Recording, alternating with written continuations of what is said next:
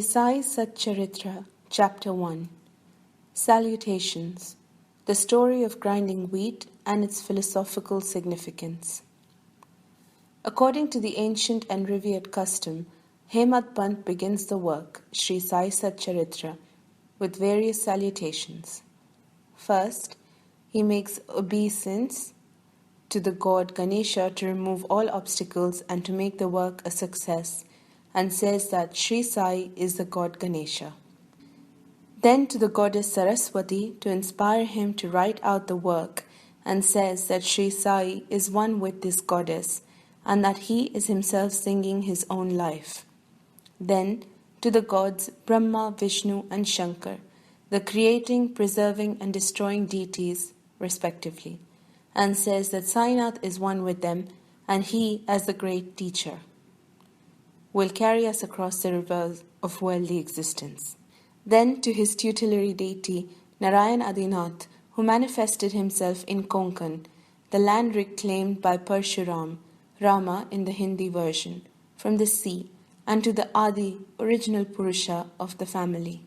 Then to the Bharadwaj Muni, whose Gotra clan he was born to, and also various rishis, Yagyavalkya, Brigu, Parashara, Narad, Vedavyasa, Sanak, Sanadan, Sanat Kumar, Shuka, Shaunak, Vishwamitra, Vashishta, Valmiki, Vamadeva, Jaimini, Vaishampayan, Nava, Yogindra, etc., and also modern day saints such as Nivritti, Gyandev, Sopan, Muktabai, Janardhan, Eknath, Namdev, Tukaram, Kanha and Narhari, etc.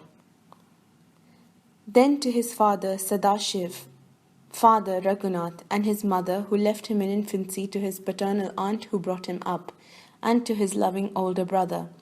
Then to the readers, and praise to them to give their whole and undivided attention to his work.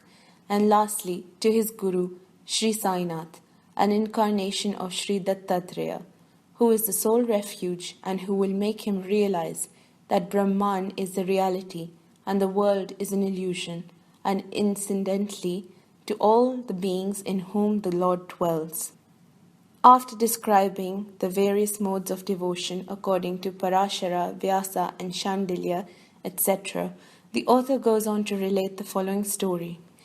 It was some time after 1910 AD that I went one fine morning to the masjid in Shirdi for getting darshan of Sai Baba. I was wonder-struck to see the following phenomenon. After washing his mouth and face, Sai Baba began to make preparations for the grinding of wheat.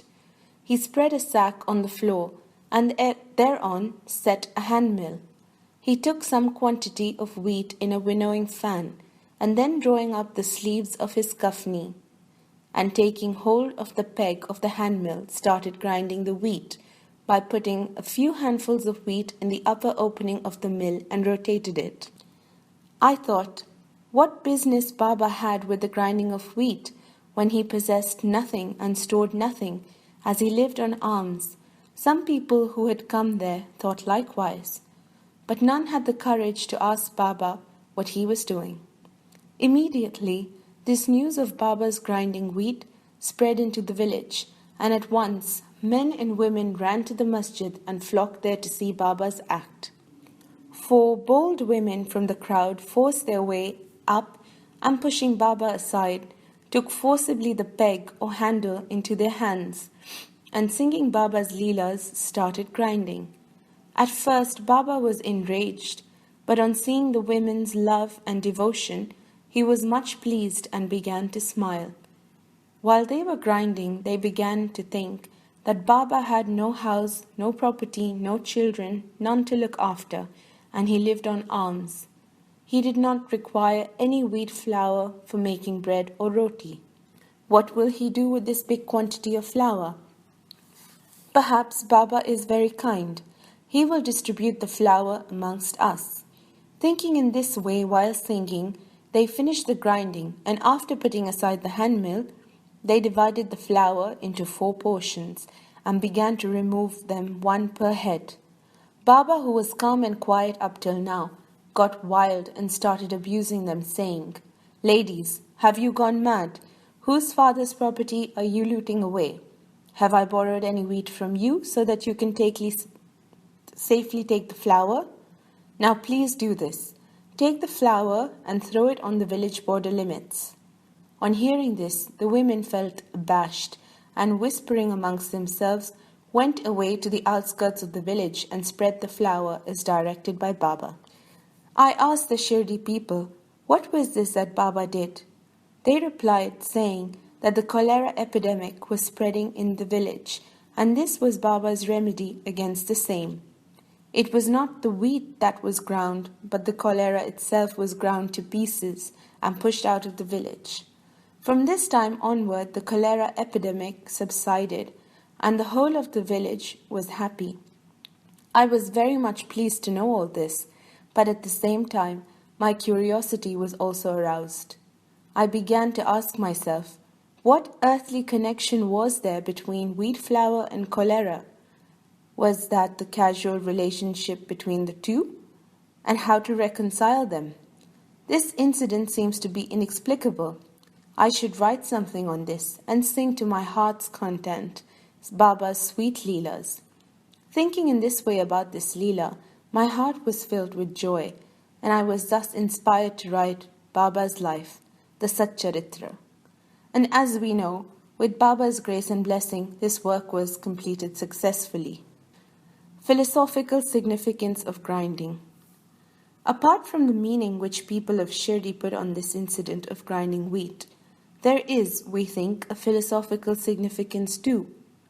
Baba lived in Shirdi for about 60 years, and during this long period, he did the business of grinding almost every day, not, however, the wheat alone, but the sins, the mental and physical afflictions and miseries of his innumerable devotees. 2 stones of his mill consisted of karma and bhakti, the former being the lower and latter being the upper one. The handle with which Baba worked the mill consisted of jnana.